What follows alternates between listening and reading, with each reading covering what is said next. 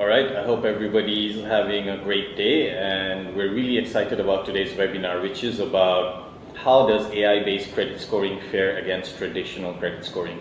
This is a broad topic, and there's a lot of confusion, a lot of debate surrounding this subject, and we're hoping to clear the air regarding the topic, and we're also hoping to educate the audience a little bit about what Minecraft is. It's our proprietary AI. It can be used for credit scoring, among many other things. So we're going to talk a little bit about that as well. So let me introduce the participants. First, there's me, the moderator. My name is Ishtiaq, and I've been working in juris for quite some time now. And then there's the most important person in this webinar, the head of our data science team, Hussein Abedin Porshotorban. And then there's Ang Kaiwe. He's a graduate from the University of Minnesota, and he's a very capable machine learning engineer, and he's going to offer us his insights as well. So I'll start off with some of the questions that we'll be exploring in this webinar. The most obvious one is, what is the key challenge faced by banks, financial institutions, and leasing companies when it comes to credit scoring? How do they do it, and what are the pain points they're facing? And we'll talk a little bit about how do we know who is creditworthy and who is prone to becoming an NPL. That is also the key pain point in the industry. And then there's the issue of traditional credit scoring models have been predicting this outcome for quite some time. However, they are cumbersome to maintain. So let's start off with that. Like, are they really cumbersome to maintain, and is it worth that kind of involvement? We're going to ask Hussein to shed a light on that factor. So the first question I want to ask you, Hussein, is that what is AI and what is a traditional credit scoring model, and what's the main difference between a traditional credit scoring model and an AI-based model? Can you tell us a bit about that? Yep, sure. Actually, the traditional credit scoring is basically nothing more than a rule-based system. In fact, expert system. So because you can see that the experts, they are using their knowledge, and then they come up with some rules to automate the decision making. So that's the expert system. So there are challenges and there are flaws when it comes to the rule-based systems. First is it's not scalable. Second is it's hard to maintain. Third, it is too simplistic. So let me explain, like, not scalable, what we mean by not being scalable. When a system gets operational, for example, one would start, let's say, with 100 scenarios and then writes 100 rules to handle those scenarios. And when the time goes by, they counter basically new exceptions. They are making the new rules to handle those exceptions, and then until the time that is actually out of control. It becomes cumbersome over the time because data change faster than they can keep track with the rules. So there comes time that nobody really knows how they can measure how well these rules are working and how many exceptions they are handling. This is a situation today that we are actually facing in many of those legacy operational systems. What I mean by hard to maintain, actually it's because being hard to determine effectiveness of each of those rules. Which rule is actually contributing to the success, which one is contributing to failure. So, and even the correlation between those rules. So therefore, stakeholders, everyone that is touching the system, they are scared to modify those systems. That makes them so slow to react to the market changes. That makes sense. Another thing is they are too simplistic. What we mean by being simplistic? They are unable to find those hidden relationships and considering usually very limited variables, mainly the most important variables. That's the reason that they are failing to actually find the hidden pattern in the data that might not look for human useful, but machine can actually extract a lot of useful information from it. To be honest, we can just consider the rule-based systems as like a dinosaur in the big data world. So really? the volume, velocity, complexity, variety of the data make it almost impossible for them to perform. And we are collecting an incredible amount of data on our consumers. And it's interesting that many of the banks still are using those rule-based. So it's really interesting. So one of the common things is that people who have experience with credit scoring models, they proclaim that sooner or later they hit a point where they end up with a convoluted knot of rules, like you mentioned, that you keep adding new rules to keep up with changing market trends, and the situation ends up like in a place where no one knows which rule is contributing to failure or success, and eventually people are afraid to modify these rules, which make them slow to react to market changes. So as a layman, my question would be, how does an AI-based model deal with new trends? How does it identify which rule is contributing to failure or success? Let me then first start with what we mean by even AI-based credit model. So it's actually a mathematical model created based on the historical data. So that's the difference between the human and the machine. Machine take a look at the fact, which is your data, come up with the rules. Human, maybe from those data, maybe from the experience, maybe from judgment, or even bias, come up with some rules. So that's the main difference. So what basically machine learning does, it's a self-learning and scalable model. It's easy to maintain and continuously learning from the new data, as in the data comes, it feeds in from the data. Its food is data, so it takes the data to come up with the rules. It makes itself more strong and more powerful. So, and it also can find the very complex hidden relationship and non-linear pattern in the data. So that's the advantage. And basically, it's very easy to track its performance. You can back test anytime based on your real data and see how it actually performing. So about your question that you asked, how basically if they manage to instead of being how does it identify which rule is contributing to failure or success? Yeah. So basically, that's actually by back testing. So AI models are able to cope with the new trends by smoothly updating their predictions, the rules, and the scenarios, and then you can easily measure the effectiveness of the model, but back testing on the historical data, which is the real data. So what will happen? You will keep a portion of your data, and you will never show it to the model. So it's basically so like the rules are based on the different data, and they never see your test data. Then the moment that you come up with the rules, you test it based on that test data, which is the real actual data, and then you can roughly get the idea what would be the performance. Okay, so you're using cross-validation. You're not looking at the test data, which you're not supposed to see anyways. So, okay, that makes sense. So using authentic, keeping a portion of your training data separate, you can actually validate if your model is working or not. So that's fascinating. But the people who maintain traditional models, and still a lot of banks prefer, a lot of financial institutions prefer traditional credit scoring models, they have to, correct me if I'm wrong, they have to bring in experts to modify these rules, and it can be expensive and time consuming because you're bringing in all these statisticians, and if you're using one of the global players and let's say you're a bank or an institution in Southeast Asia, they have to fly them all the way from North America probably, and so how does that work? That's obviously an advantage for AI-based systems, I would imagine. Yep, definitely.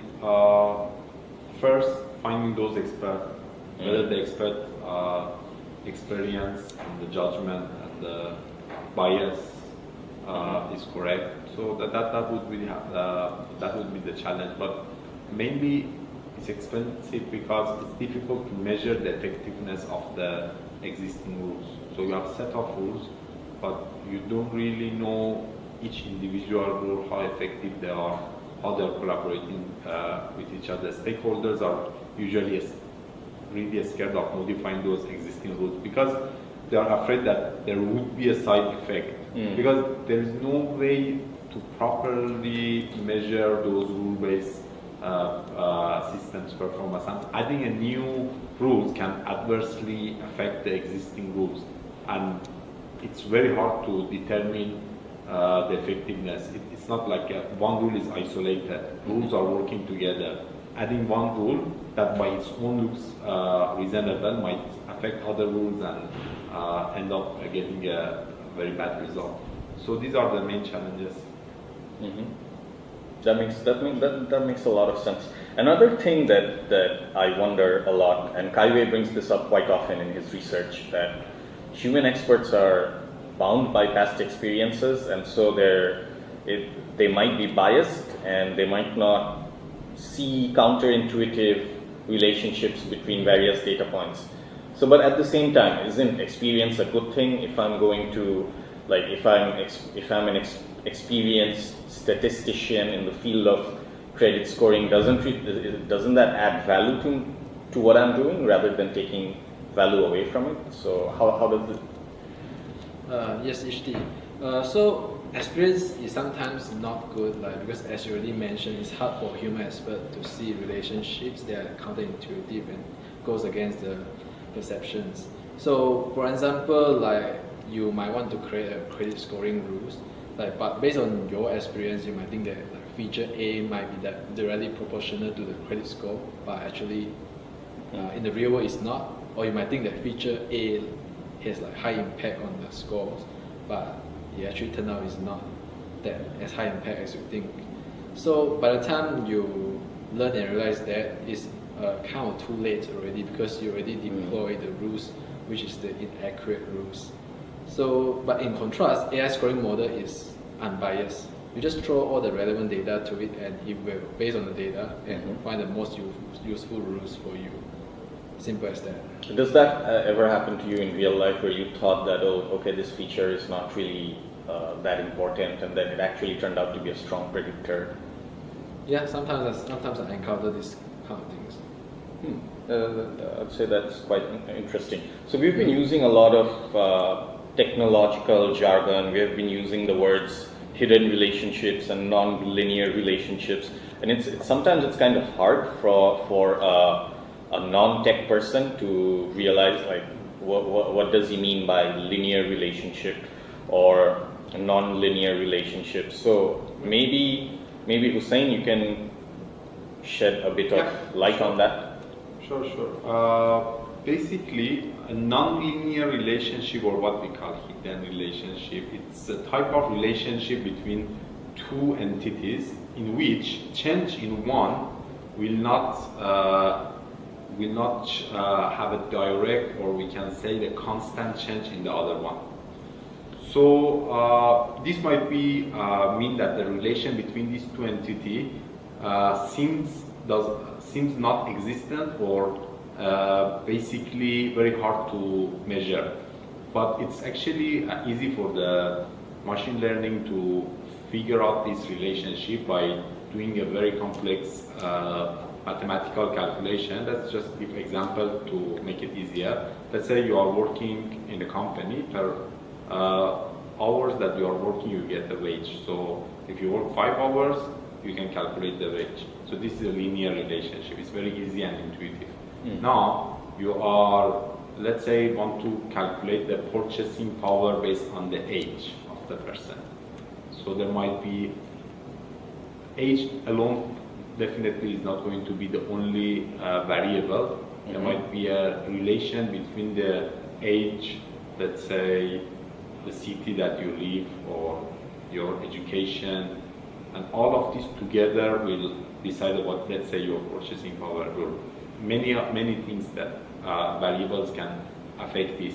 So, and then only a change in your age doesn't mean that your purchasing power, if your age goes higher, it doesn't mean your purchasing power goes higher or lower.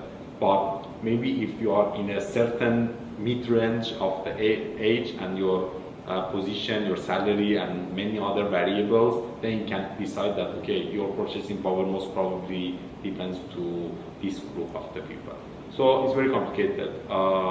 We just can say that it exists, but hard to see for human. That's what require machine to do. That's interesting. So Hussein, earlier you just mentioned that there is an incredible amount of data that is incorporated into a machine learning model that you cannot really realistically implement or deploy inside a rule-based model. So my question would be, since AI-based credit scoring models provide a more nuanced evaluation of data and can consider data that would not even seem relevant, as you say, or even included in a traditional credit scoring model. So how do you guys decide, and this question for both of you, Kaiwe, how do you guys decide what is irrelevant or what is relevant, and how do you know it's going to help with scoring? First, we will consult with our business experts, right? To at least know what are the common relevant data, what is not irrelevant data, and then. But we will carry out some data analysis first to verify our assumptions and hypotheses. So I think this is what we do to verify data. Hussein?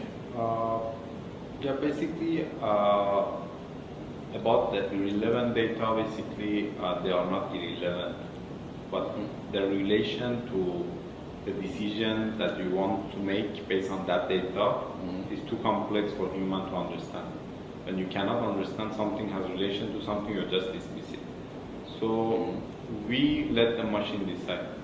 If it cannot find the relation, then it will not have impact in the model, so we can measure exactly each of the features, each of the variables we are using for our decision, how impactful they are, and if they are not important, we can just remove it.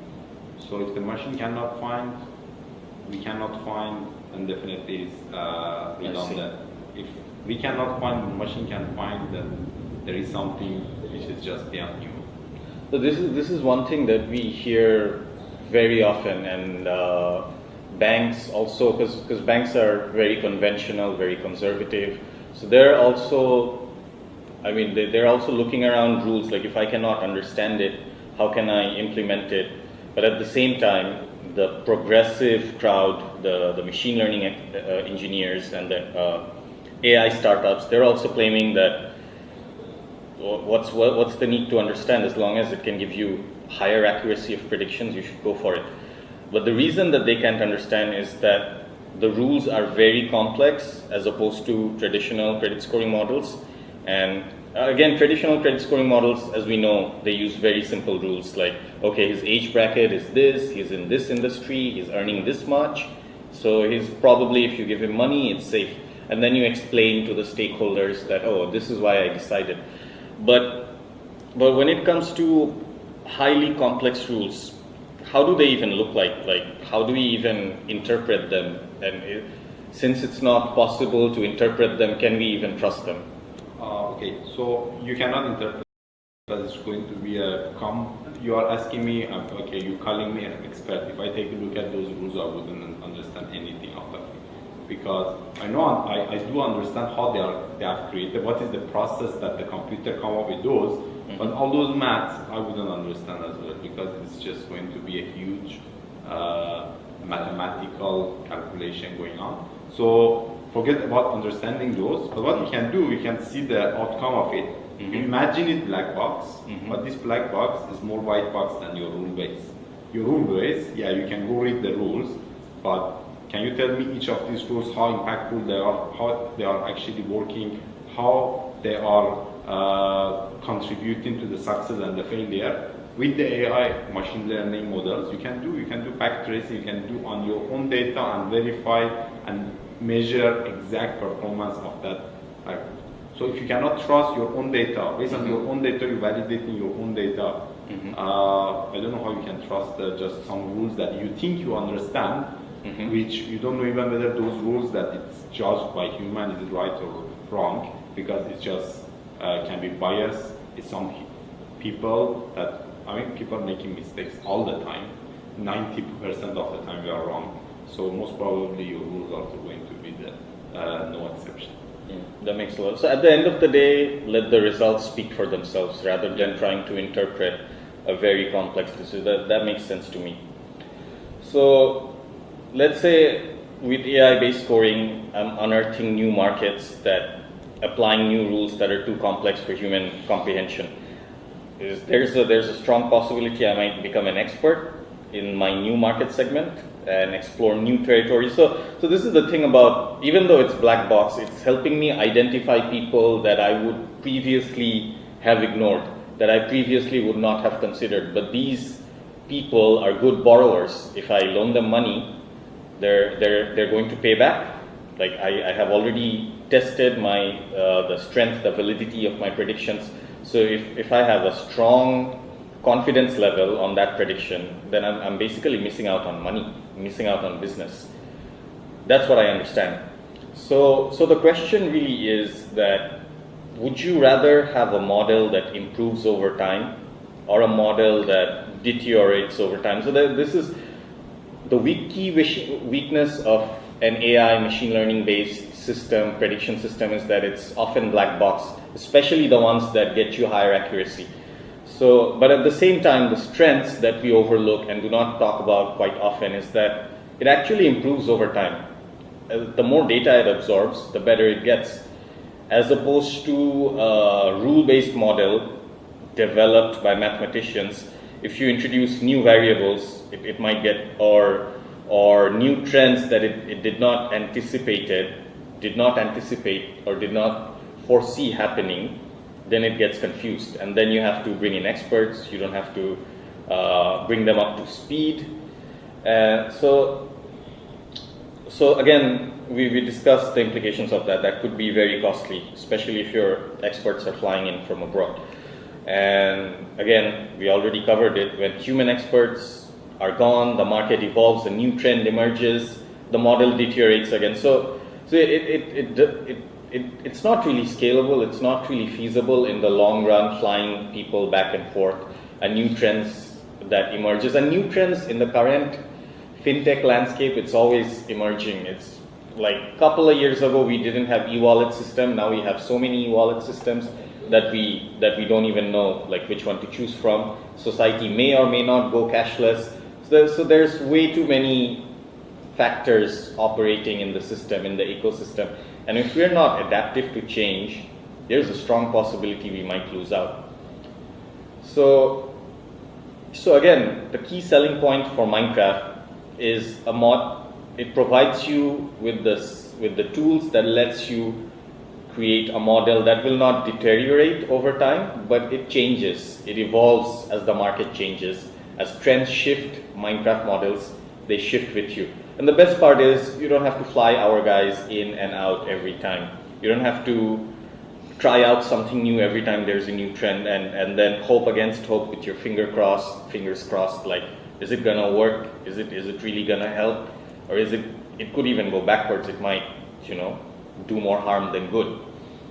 So here's this claim that you guys make, and I find it really hard to believe that Minecraft can learn by itself. It has continuous learning, and no human involvement is required, no code change is required. So that feels a little bit like science fiction to me. So it feels like it's a bit too good to be true. How can a model learn by itself with no code change? And I mean, is it writing its own code? What's going on here? Hussein? Yeah, let's put it this way. Basically about the getting better over the time. How a machine learning system comes with model or the rules is from data. More data you have, more accurate it becomes. It sees more scenarios. So that's why over the time it gets better. Interestingly, no machine learning system or similar machine learning system to Minecraft that I know outside can do the continuous learning. They usually give you one model, and if the model, you need to keep track of your model. If your model deteriorates, then you need to create a new model and deploy that one, then that causes code change. But what in Minecraft we do, your model will remain same, but it improves itself, it changes its own rules. And then we are having an API on the top that get the prediction from the model, which never change. It's basically a simple web-based RESTful API that the other third-party application talk to it. So what will happen? Your production always get the latest model based on the latest rule that is updated, but you never need to change any code because we have this layer that it's making the changes in the model hidden from the eye of the third-party tools. Everything happens in the Minecraft. Minecraft gives an API to the other softwares that are using it, and that API will never change. That's the reason you don't need to code change. And about the question that you said that it seems like too good that how the model can code itself, how it can come up with this. So yeah, it can. Basically, the difference between the normal programming, the rule base is basically a program. You put set of rules, if and else, and then you basically reach to a conclusion. Yeah, human decide about those rules. Programmer code those rules. Then it become same as the human mind. You have some criteria. You filter. At the end, you get some answer based on the normal programming or normal basically rule-based system. So what is happening in the machine learning? You have an input, which are those variables about the problems that you have decided. You have desired output, but you don't know the between. You don't know how to reach from these variables. Let's say you have age, salary, I don't know, number of the children of a person, for example, and then you want to decide give loan or not give loan. Is going to pay or not going to pay? So how you reach to that one, there will be a computation on your data. Based on your data, it decides about those if and else statements. Really complicated one, but that's machine learning. You give input and output, it comes up with a program that maps this input to output. In the traditional programming, you give the input and a program, and then program computes on that input and get you results. So that is the main difference between the programming and the machine learning. And since you have a RESTful API, it doesn't. So my solution doesn't need to be written in the same language as Minecraft. I mean, I can be using Salesforce and still integrate with Minecraft with ease. Am I right? Any that's fantastic. Any programming language in the world can talk to RESTful API because it's the simplest and most standard. That's brilliant. Because a lot of time there is concerns about implementation. Oh, I'm using this different system, and then there's this latest AI technology. Will it even be able to talk to my system? It's actually true because mainly all these AI algorithms implemented in Python, and almost none of the production application is written in Python. Usually in the banks you are dealing with Java, C++, C#, maybe PHP. So not going to be Python. Yeah, it's amazing. It solves one of the big problems. So Kaiwei, coming back to you. So what I want to ask is, so first, let's simplify the difference between a traditional credit scoring model as opposed to an AI-based one with a simple analogy. So because a lot of people might get lost who don't have a machine learning background like yourself. So I'm just going to rehash it with you. So let's say a traditional system will be built on knowledge base of 3 or 4 experts, and based on regression and experience and a single model, then a single model is built. Right. Then deploying Minecraft is like deploying thousands of experts. This is the claim you make, who will examine every single data point and produce an evaluation back-tested against, like Hussein mentioned, it is back-tested against your own authentic data and validated. And so my question is, it seems again like a fantastic claim. you have, on one hand, you have traditional system, you're saying, oh, okay, it's equivalent to using 3 or 4 experts, and then you say you have Minecraft, which is equivalent to deploying thousands of experts. I mean, it sounds, I'm a marketing guy, it sounds like a marketing gimmick to me. I guess, is Minecraft really equivalent to deploying thousands of experts? Or is it just like some claim out of the blue that we're making to make it sound cool? Yes, it does. Minecraft really compare with deploying thousands of experts. Would you care to explain how are you computing that? As already mentioned, inputs from several human experts can only build a single model that consists of a couple of rules, right? And usually it takes quite a while to do that. But AI is different. AI can digest and learn from the given data and build a single model in just a matter of seconds. So given enough time, hundreds to thousands of models can be built. And usually the best performing model will be selected as the final model to deploy. But Minecraft goes one more step ahead. Like it performs model stacking, which means it combines all the different high-performing models together to form a single model, final model. So it's kind of like a supermodel. Yeah, you can call it this supermodel. So deploying a combination of like many models is really analogous to deploying 1,000 experts. Wow. Okay, that makes sense. I'm glad we're not making claims out of the blue. So just to we're near the end. So I'm gonna ask a very important question, which is, Hussein, this one is for you. So with a traditional model, you may have to pay additional charges for every new scorecard. Everyone knows that. And you're saying Minecraft is an engine that can generate scorecards for you on demand, as many as you want, just the way you want it. So my question is, can you give us a few examples of different kinds of scorecards we can generate using Minecraft? Yep, as you mentioned, Minecraft is general, meaning that as far as you have a problem, and you can define your problem based on some data you want to map to some results. Let's say you want to decide whether give a loan or not give a loan to a person. Basically, what we're calling it scoring in the banking is exactly the same thing. You will score person to say, okay, give loan, not give loan. So what are the information we capture?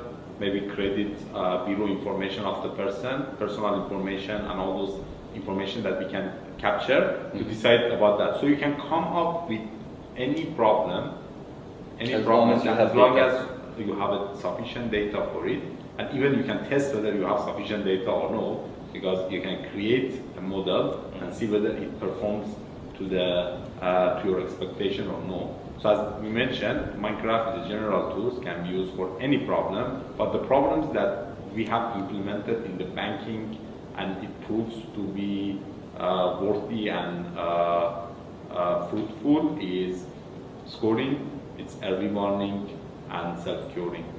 So early warning, the risk department definitely they are familiar with, so early warning would be earlier than someone become default, maybe 6 months earlier. You warn that this person is possible to become default. And you can even say like 80% possibility, 90% chance that it's going to be default. And self-curing is basically if someone is not paying you, maybe 1 MIA, 2 MIA, 3 MIA, then you usually not going to 3 MIA, but mainly focusing on the 1 MIA. Right. In the 1 MIA, you might end up not really calling the person or sending any SMS, email, or anything to that customer because that person may be only because of being forgetful or a specific situation, being out of the country, cannot pay that one. It didn't manage to pay, and then it backs or the problem solved or remember going to pay. So you can understand it does not have a financial problem. You don't need to bother that person for whatever reason. It didn't pay and it's going to pay. So that's what it saves you a lot of resources. A lot of resources. You will reduce the number of calls you make. Plus your customer will be happier because it does not get any time that he's not paying next day getting call from someone. There's a sense of trust between the... Yes, there is. So this is helping customer satisfaction and reducing costs. Yes. And These are some of the. But the best part is it doesn't only have to be banking, right? If you had the right kind of data, you could predict with using Minecraft the risk of somebody's having a heart attack, for example, you can. Yeah. or Anything. or you could predict how, let's say, another problem like airline delays cost their aviation industry billions of dollars. You could, with the right kind of data, you could predict if there's going to be a delay, everything you can. Yeah, that is incredible. So we're nearing the end. So if you have any questions about this webinar, we would love to hear from you. Send us an email at contact@juristech.net. If you want to talk to the Minecraft team directly, you can send us an email at minecraft@juristech.net, and we're more than happy to hear from you. So we're going to conclude our first webinar, and have a great day.